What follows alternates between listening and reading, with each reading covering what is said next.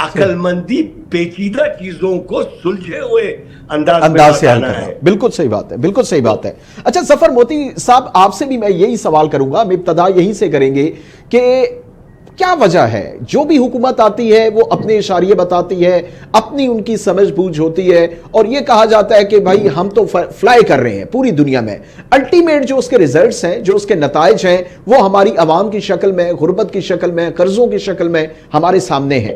کیا کہیں گے آپ کا پوائنٹ آف ویو کیا ہے؟ دیکھیے جو حالات جا رہے ہیں نا, اس میں جب یہ لوگ کہتے ہیں نا کہ انفلیشن کنٹرول ہو گئی ہے, کہ پیریشیبل آئٹم میں انفلیشن کوئی کنٹرول نہیں ہوئی ہے, کوئی چینل یہ نہیں بتا رہا ہے کہ آج مرغی, گائے, بکرے کی کیا پرائس ہے, ٹماٹر, ادرک, لہسن کی کیا پرائس ہے, اور لوگوں کی بھوک کی لیول کتنی بڑھ گئی ہے, آٹے کی کیا ہے.